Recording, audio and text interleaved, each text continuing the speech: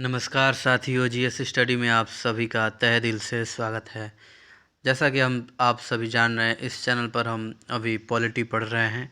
Polity से हमने संविधान से जो संविधान में टोटल 22 भाग हैं, तो 22 भाग में आज का हमारा 5वां भाग हमने पढ़ लिया था। ठीक है, 5वां भाग तो हम लोग पढ़ ही रहे थे। 5वां भाग जो हम लोग पढ़ रहे थे उसमें कुछ बाकी हैं, थोड़े 2-4 बिंदु हैं अभी जो हमें अभी जानना है उसमें। तब हम भाग 6 पर आएंगे। संविधान का भाग 6 हम पढ़ेंगे कि संविधान का भाग 6 क्या कहता है। ठीक है, संविधान का पाँचवा भाग में कुछ अंश है, आज हम उसे जानेंगे और समझेंगे। और बहुत ही बेहतरीन नोट्स आपके लिए है। या आपको बता दें, इसमें प्रीवियस ईयर क्वेश्चन भी होते हैं बीच बीच में, और इम्पोर्टेंट क्वेश्चन भी होते हैं, और जो कई बार रिपीटेड क्वेश्चन भी होते हैं, कई बार जो एग्ज़ाम में पूछे गए हैं। ठीक है, एसएससी वालों के लिए मोस्ट प्रीवियस क्लास है ये। तो आइए शुरू करते हैं। बिल्स, ये जो विधेयक बनाया गया, ये भी संविधान के भाग 5 में ही इसका वर्णन है। विधेयक का, विधेयकों के 4 प्रकार होते हैं। पहला है साधारण विधेयक, दूसरा है वित्तीय विधेयक, तीसरा है धन विधेयक, चौथा है संशोधन विधेयक।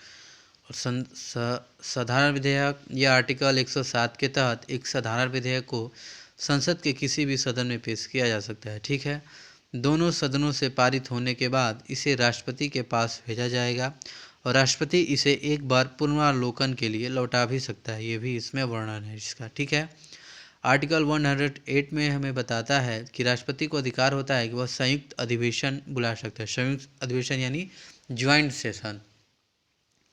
ये जो साधारण बिल और वित्तीय विधेयक जो है, ये जब ये बना है तो इसे ज्वाइंट सेशन चला है। ठीक है, संयुक्त अधिवेशन को धन विधेयक और संशोधन विधेयक के लिए नहीं बुलाया जा सकता। अब तक 3 बार बुलाया जा चुका है। ठीक है, वो सब बताया गया। 1961 में दहेज प्रतिबंध विधेयक बना था, डाउरी बिल्स। जो 1978 में बैंक सेवा आयोग विधेयक बना था, और 2002 में आतंकवाद निवारण विधेयक भी बना था। ठीक है, अब आइए जानते हैं आर्टिकल 110 में हमें बताता है धन विधेयक की परिभाषा।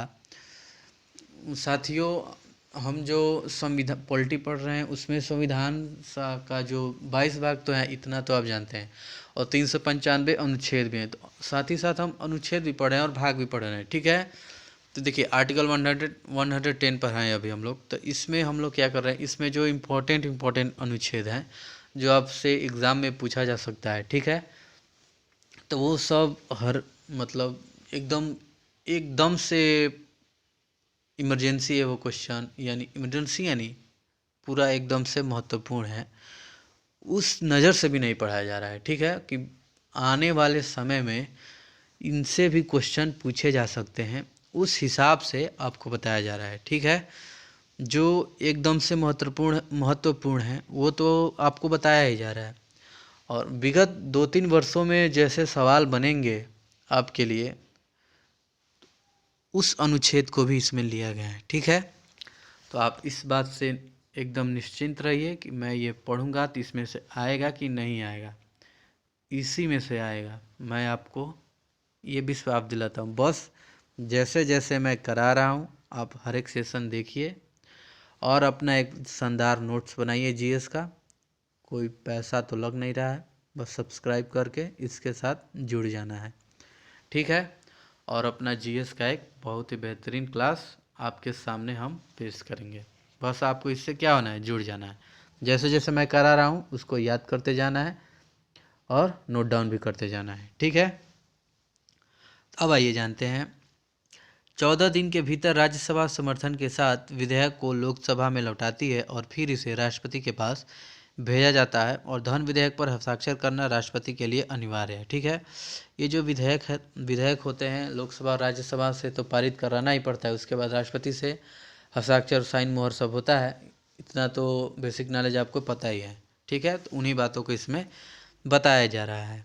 बहुमत होगा तभी बिल पास होता है, ये भी बात ध्यान रखिएगा। ठीक है, अब आइए इम्पोर्टेंट कीजिएगा। देखिए मैंने बीच बीच में स्टार भी बनाया हुआ है, तो इस जहाँ पर भी स्टार आपको दिखे तुरंत इम्पोर्टेंट लिख लेना है, या स्टार आपको भी बना देना है। ठीक है, संघ का वार्षिक वित्तीय विवरण इससे भी क्वेश्चन बनता है। यूनियन बजट यानी संघीय बजट। संसद में बजट की प्रक्रिया प्रत्येक वर्ष संघ का वार्षिक वित्तीय विवरण पेश करने के लिए राष्ट्रपति द्वारा सत्र बुलाया जाएगा और इस सत्र को बजट सत्र कहा जाता है। ठीक है, इसे भी केवल लोकसभा में पेश किया जाता है। और वार्षिक वित्तीय विवरण ये भी इस एक समान है। ठीक है, बजट में 3 प्रकार की निधि होती है। पहला कौन सा है? संचित निधि, दूसरा आकस्मिक निधि, तीसरा लोक लेखा निधि। ठीक है, ये तीनों। और ये देखिए, जो संचित निधि है इसका पावर किसके हाथ में? पार्लियामेंट के पास है।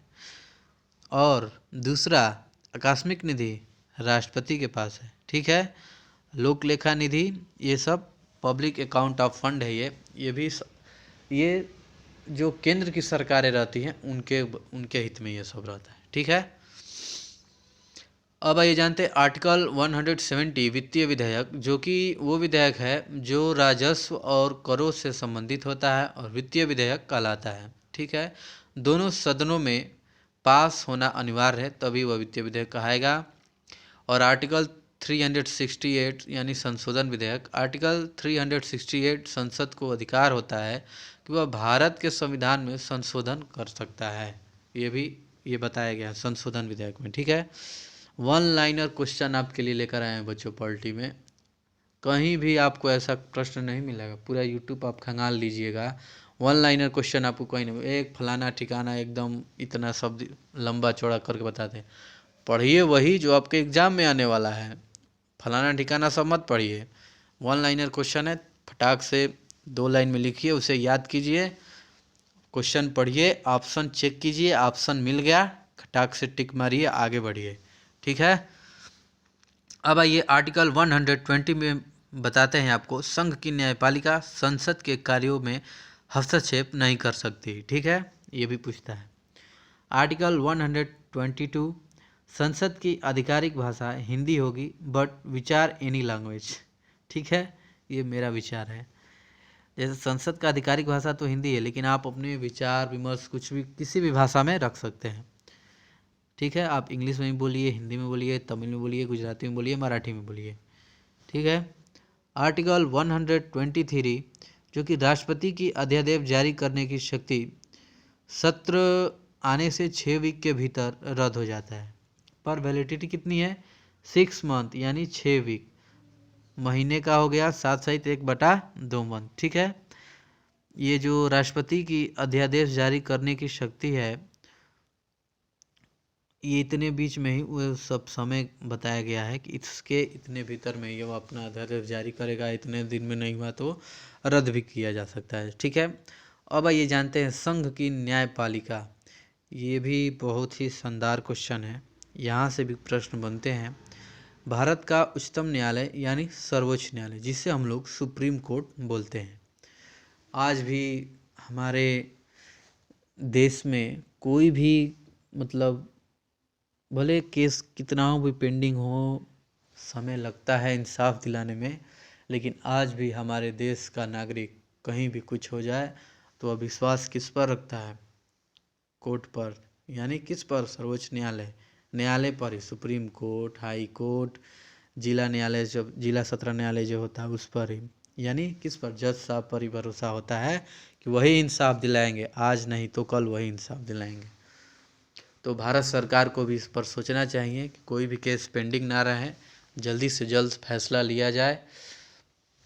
बच्चों, आपको जानकर हैरानी होगी, बहुत सारे केसेस पेंडिंग में पड़े हुए हैं, जजों की कमी है और अदालतों की भी कमी है। ठीक है, सुनवाई करने में बहुत देरी होती है, लेकिन आज भी हमारे देश का हर एक नागरिक अपने न्यायालय की, जो न्याय की व्यवस्था है उस पर यकीन करता है। ठीक है, जब आइए आगे बढ़ते हैं। आर्टिकल 124 फर्स्ट, भारत का एक उच्चतम न्यायालय होगा, ये भी बताया गया है आर्टिकल 124A में।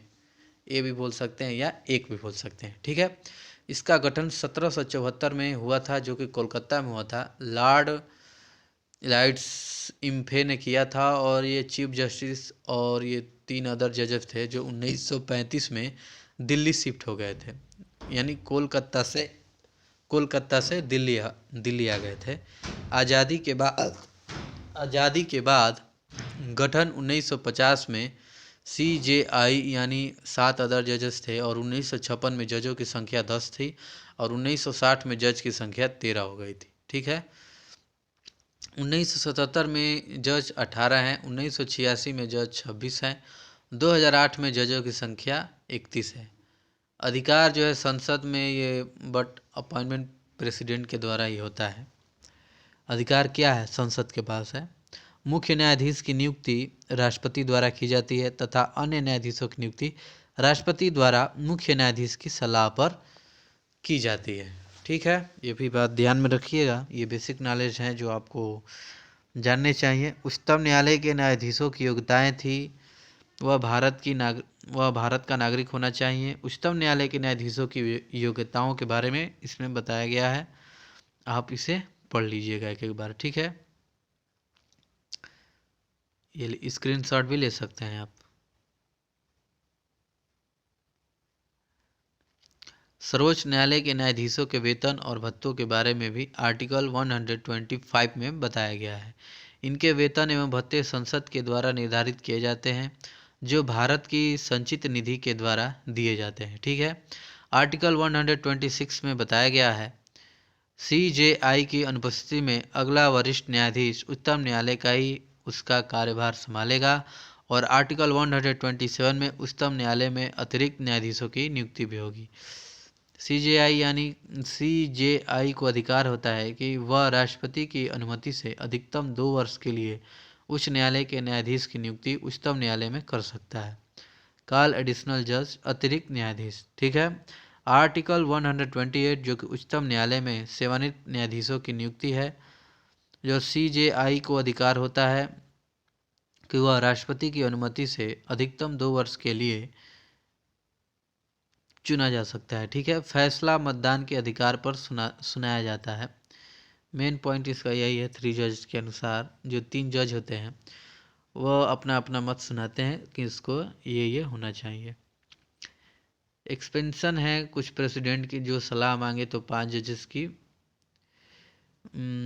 मतलब बैठक होती है, 5 जज आएंगे, प्रेसिडेंट भी रहेगा उसमें, 5 जज मिलके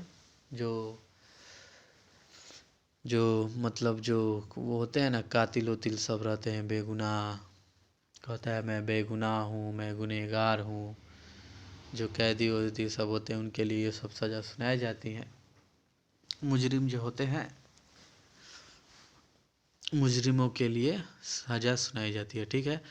आर्टिकल 129 में उच्चतम न्यायालय एक अभिलेख न्यायालय है तथा अभी उच्च न्यायालयों का कर्तव्य है कि वह उच्चतम न्यायालय के निर्णयों का पालन करे। आर्टिकल 130 में सर्वोच्च न्यायालय सदैव राष्ट्रीय राजधानी तथा राष्ट्रपति कार्यालय के नज़दीक होना चाहिए, ये भी इसमें बताया गया है।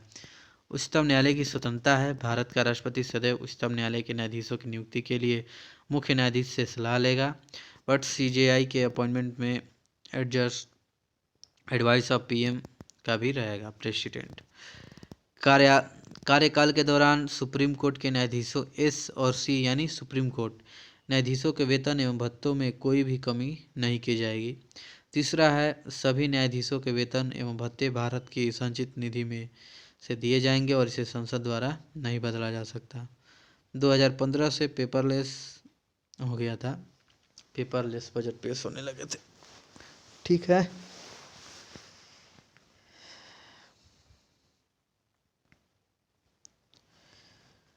अब आइए जान लेते हैं, ये उच्चतम न्यायालय के वो अधिकार है कि वह किसी भी मामले में एक उच्च न्यायालय से दूसरे उच्च न्यायालय में स्थानांतरित कर सकता है। ठीक है।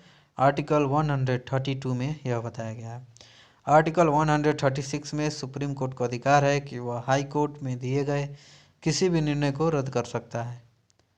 आर्टिकल 137 में सुप्रीम कोर्ट को अधिकार है कि वह अपने द्वारा दिए गए किसी भी निर्णय का पूर्वावलोकन कर सकता है। आर्टिकल 138 में सर्वोच्च न्यायालय को अधिकार है कि वह उच्च न्यायालय में चल रही किसी भी मामले को अपने अंतर्गत ले सकता है। एग्जाम्पल था बाबरी मस्जिद, जो इलाहाबाद हाई कोर्ट से लड़ा गया था, अब तो भारत के पक्ष में आ गया है।